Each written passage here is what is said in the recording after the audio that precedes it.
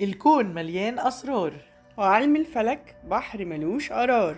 أهلا بيكم، أنا رشا سامي أنا أمال أحمد وبرنامجكم غواص في بحر الفلك.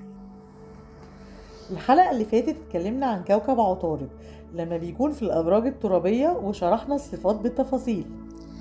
النهاردة هنتكلم عن عطارد لما بيكون موجود في الأبراج الهوائية.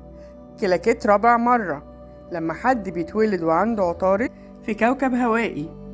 رشا، ممكن تشرح لنا نعرف منين عطارد عندنا في برج ايه؟ عشان نعرف عطارد عندنا في برج ايه ندخل تاريخ ميلادنا على الموقع العالمي لمعرفة الخريطة الفلكية اللي هيحدد لنا عطارد في برج ايه ساعة ما اتولدنا، وهنسيب لكم لينك في الديسكريبشن عشان تعرفوا كل المعلومات دي. ندخل مباشرة على عطارد في الأبراج الهوائية اللي هي الجوزاء، الميزان والدلو، ونبتدي ببرج الجوزاء. عطارد لما بيكون في الجوزاء كأنه لقى نفسه، بيكون مرتاح قوي ومرحرح على الآخر وبيظهر أحلى ما فيه.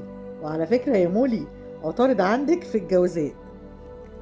بجد؟ الله، أنا كده اتحمست قوي أعرف التفاصيل. يلا يا ستي قوليلي وشجيني. بصي يا ستي، هو حد مرن جدا وقابل للتكيف مع كل الظروف، ذكي وسريع البديهة وما بيبطلش تفكير 24 ساعة، وده بيجيب له دايما صداع مزمن. قلتيلي وانا اقول عندي صداع مزمن ليه؟ اتاري من عم عطارد اللي جه عندي وبقى اينشتاين. عنده فضول قوي بالمعرفة وشغوف جدا بالقراية والاطلاع، تحسيه كده شارلوك هولمز في نفسه. دبلوماسي بامتياز وعنده قدرة رهيبة على الإقناع والتفاوض. كمان هو تفكيره منظم ومنطقي يخليه يلاقي حلول سريعة لكل المشاكل. متعدد المهام وبيعرف يعمل كذا حاجة في وقت واحد، وده دايما اللي بيخليهم عندهم تشتت شوية وسرعة ملل من كتر الإنهاك والتعب. دمه خفيف جدا، جذاب اجتماعيا، ودايما بيسموه الفراشة الاجتماعية. وطبعا من أبرز صفاته الجمع بين التناقضات. كده خلصنا صفات برج الجوزاء. ندخل بقى على اللي مغلبنا ومغلب شعوب الأرض معاه، برج الميزان.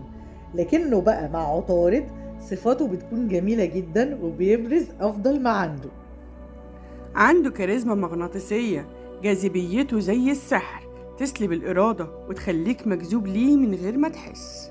قدر الجمال والفن، بيتميز بالتوازن والموضوعية، بيحب يصلح بين الناس بذكاء، بيقدس العدالة الاجتماعية والإنسانيات، ما يعجبوش الحال المايل. واخد كتير من الجوزاء، زي مهارة التحاور والتفاوض ممتازة جدا عنده. بيستخدم أساليب كتيرة في الإقناع. يلا بينا نخبط على باب برج الدلو، عبقري والأبراج. أفكاره دايما غير تقليدية لدرجة إنها غريبة وبتحير الناس كتير، وأحيانا بيحب يكسر الأعراف والتقاليد. ذكاء حاد بيوصل لحد العبقرية حقيقي. زائد قوي في التكنولوجيا والتطبيقات، وعطارد بيزود عبقريته وشطارته في المجال ده قوي. كمان بيعرف يخطط للمستقبل كويس قوي، ويقدر يحط استراتيجية طويلة للشركات والمؤسسات الكبيرة. في حتة التواصل بيحب يحط حدود بينه وبين الناس عشان يعرف يقيمهم بموضوعية من غير ما مشاعره تغلبه. معطاء جدا وبيحب يساعد الناس وخصوصا الغلابة اللي بيحس بيهم قوي، ودايما يقف جنبهم وبيحب يحل كل مشاكلهم. كده احنا خلصنا كلامنا النهاردة عن عطارد في الأبراج الهوائية، والمرة الجاية هنتكلم عن عطارد في الأبراج المائية. استنونا الحلقة الجاية، هتوحشونا.